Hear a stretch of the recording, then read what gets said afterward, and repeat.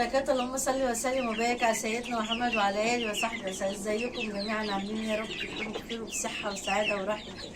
بصوا بقى النهارده هنتمم على الحاجه اللي كنا عاملينها، بس قبل ما نتكلم مع بعض اللي ما اشتركش في القناه يشترك. بصوا يا جماعه، بصوا بسم الله ما شاء الله، الله اكبر. بصوا تعالى كده في النور يا سيف. بصوا البقدونس هيبتدي ينبت ازاي. بصوا الله اكبر. طيب انا بقى قلت لكم تعالى كده يا سيف ان انا عامله الشنطه مخرمه اهو علشان خاطر ندي ايه تهوى على مش المفروض نسيبها كده؟ لا اسيبها بعد 4 ايام تيجي بقى تطلع شويه.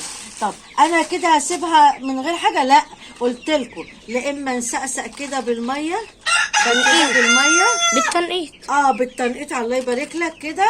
لا اما بالبخاخه، لا اما بجيب الازازه دي واخرمها خرام كده واعمل كده بحيث ان ايه زي بتاع الفول الصبح كده. ايوه اهدى بحيث ان ايه ما اجيش اقوم دلقه يا جماعه. اقول لكم ايه، كميه كبيره اقوم دلقه كده مره واحده فتقوم كل اللي انا حاطاه ده هتلاقيه ايه عايم ما بقاش مظبوط. برافو عليك. لا اما اعمل بصوا التنقيطه دي كده بس خلاص كده، واقوم بقى مغطياها اهي.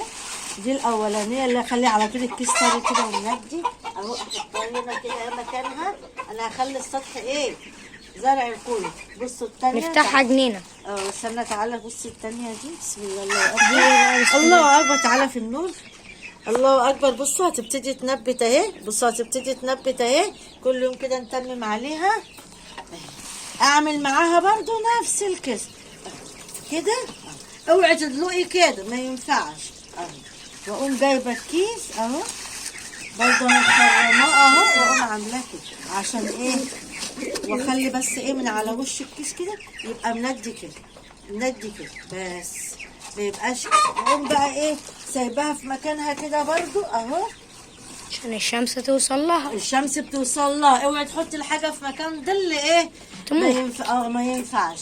طيب في عندي هنا مشكله يا جماعه. استنى لما احط الدولار حبه بتاع كده. في عندنا مشكله. في ناس بتقول ان الطيور بتاكل بعض. الطيور بتاكل بعض ليه؟ يبقى انت منعتي العلف خالص. طالما منعتي العلف خالص عنهم هيبتدوا يشدوا، لان العلف فيه نسبه ملوحه. الملوحه دي انت منعتيها عنهم، فنعمل ايه؟ طيب الحل بسيط قوي. هجيب كده حبه تعالى يا سيف. الملح ده يا جماعه، الملح كيس ملح. لا مش بحط الكيس بقى، بحط حبه ملح على العلف. واقوم حاطاه لهم. ليه بقى؟ او على الاكل اللي بتحطيه، لانك انت منعتي عن الطيور بتاعتك العلف، ففي الحاله ديت هيفضلوا عايزين يمصوا حاجه منه، فتلاقي الطيور. استنى لما اجيب كده بطيء انا بالصغيرات، بتلاقي بقى الطيور تقوم واكله جناحات بعض من هنا كده. تعالى كده في النور هيقوموا شادين. ليه بقى؟ علشان ياكلوا يمصوا الدم، فالدم فيه نسبه ملوحه فيستطعموا ياكلوا ببعض. فانتوا يا جماعه ربنا يحفظكم تعملوا ايه؟ تقوموا جايبين الملح ده وتحطيه على العلف باذن الله. لا مش كله، على حسب بقى الكميه اللي انت هتحطي. كبشه كده مثلا لو حاطه 2 كيلو علف تقومي حاطاه لهم. اسم الله اكبر. انسي ان هم ياكلوا بعضيهم تاني. ده اللي كنت عايزه اقوله لكم في الفيديو بتاعي النهارده، ان الطيور بتاعتك لو كلت بعضيها حط لها حبه ملح، حاجه بسيطه جدا على العلف او على الاكل اللي بتحطيه. او لو انت مثلا بشره بطاطس ومقطعه بطاطس ولا اي حاجه حطي فيها، هتلاقوهمش ياكلوا اصلا بعديهم. ودي وصفه مهمه جدا ووصفه حلوه ومجربه، وان شاء الله هتلاقوهم زي الفل. اتمنى بقى ان انتوا تشتركوا في القناه بتاعتي وشجعوني، لاني انا نفسي قناتي تكبر باذن الله. اللي عنده حاجه يقولها لي هقولها.